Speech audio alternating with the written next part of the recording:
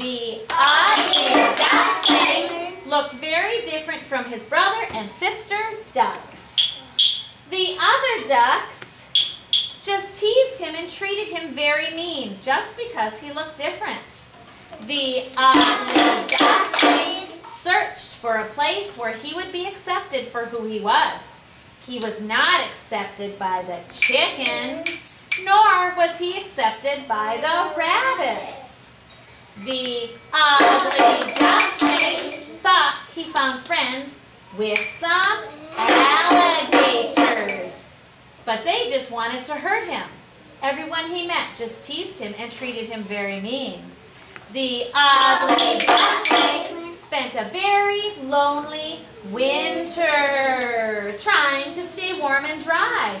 He missed his brother and sister ducks, even though they were so mean to him.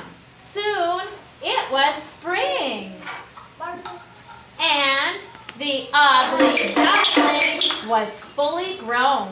He saw a beautiful flock of long-necked swans. He was embarrassed to be seen by them. Much to his amazement, the swans approached the ugly duckling and asked him to become a member of their flock.